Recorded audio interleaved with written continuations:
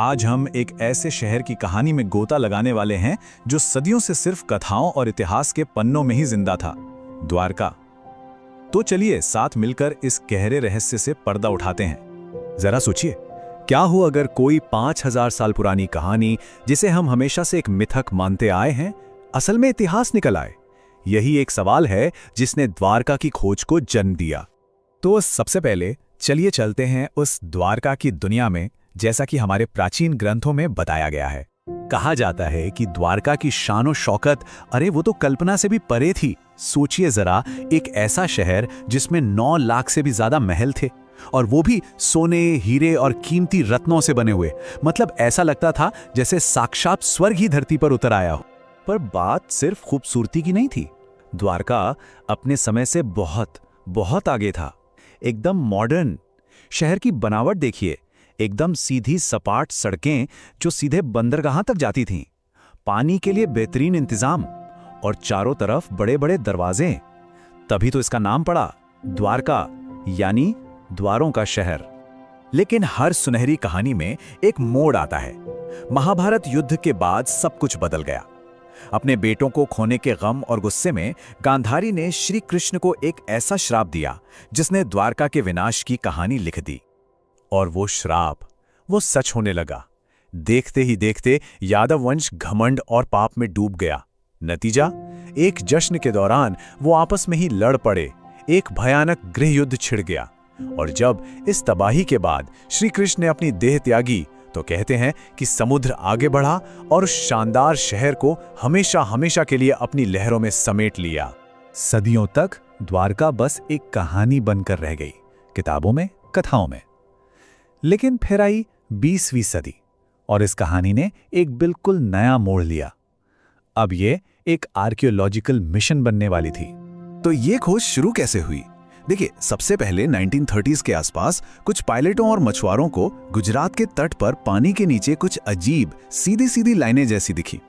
फिर 1963 में ASI ने खुदाई शुरू की, और 1970 के दशक में तो एक तांबे की प्लेट मिली जिसने पहली बार इस कहानी को इतिहास से जोड़ने का एक ठोस सबूत दिया। और फिर इस कहानी में एंट्री होती है हमारे हीरो की, डॉक्टर SR राव। वो भारत के पहले मरीन आर्कियोलॉजिस्ट में से एक थे, और उनका विश्वास, उनका जुनून कमाल का था। वो मानते थे कि हमारे शास्त्र सिर्फ धार्मिक किताबें नहीं हैं, बल्कि वो ऐतिहासिक दस्तावेज है, और उन्हें यकीन था कि द्वारिका का सच समुद्र की गहराइयों में ही छिपा है। लेकिन ये रास्ता बिल्कुल आसान नहीं था। सोचिए, उस समय मरीन आर्कियोलॉजी भारत में एकदम नई चीज थी।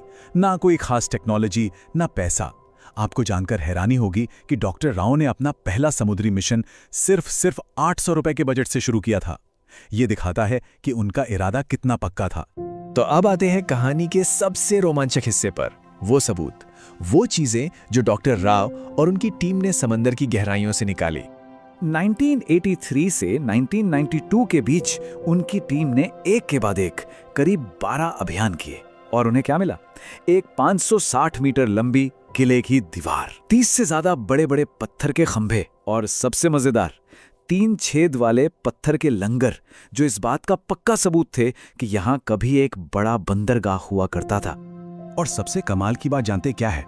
ये सारी खोजें हमारे ग्रंथों में लिखी बातों से एकदम मेल खाती हैं। ग्रंथों में लिखा था कि द्वारका एक किलेबंद शहर था, और देखिए, एक लंबी दीवार मिली। लिखा था कि वो एक बड़ा बंदरगाह था, और लंगर मिले। मतलब ये मिथक और हकीकत के बीच एक सीधा कनेक्शन था। डॉक्टर राव ने तो दरवाजा खोल दिया था, लेकिन अब बारी थी मॉडर्न साइंस की, जो इस खोज पर अपनी पक्की मोहर लगा सके। और 21वीं सदी में हाईटेक मशीनों के साथ ये खोज एक बिल्कुल नए लेवल पर पहुंच गई। तो 2001 से 2007 के बीच क्या हुआ? साइंटिस्ट ने एडवांस्ड सोनार का इस्तेमाल किया। ये एक तरह से समुद्र के अंदर का डिजिटल नक्शा बनाने जैसा है। फिर डाइवर्स की टीमों ने बड़ी सावधानी से उन चीजों को बाहर निकाला, और उनकी असली उम्र पता करने के लिए उन्हें कार्बन डेटिंग के लिए लैब भेजा गया। और जो नतीजे आए वो तो होश उड़ा देने वाले थे। हाँ, कई चीजें महाभारत के समय की थीं, लेकिन एक आर्टिफैक्ट करीब 9000 साल पुराना निकला। 9000 साल! ये तो हड़प्पा सभ्यता से भी कहीं ज्यादा पुराना था। इस एक खोज ने हमारे इतिहास की पूरी टाइमलाइन पर ही सवाल खड़े कर दिए। तो सवाल यह है कि आखिर इतनी बड़ी नगरी डूबी कैसे? साइंटिस्ट के पास इसका एक जवाब है, सी लेवल राइज। जियोलॉजिकल डेटा ये बताता है कि ठीक उसी दौर में जब द्वारका के डूबने की बात कही जाती है, दुनिया भर में समुद्र का लेवल अचानक और बहुत तेजी से बढ़ा था, यानी एक प्राकृतिक आपदा जो हमारी पौराणिक कहानी से बिल्कुल मेल खाती है। तो आज ये सारी खोज हमें कहाँ लाकर खड़ा करती है? ये सिर्फ कुछ पुराने पत्थर ढूंढने की कहानी नहीं है, नहीं, ये कहानी है हमारी विरासत, हमारी आस्था और साइंस के एक साथ आने की। और इसका कल्चरल इम्पैक्ट कितना गहरा है, ये हमने हाल ही में देखा। 25 फरवरी 2024 को प्रधानमंत्री नरेंद्र मोदी ने खुद उस जगह पर पानी के अंदर जाकर पूजा की।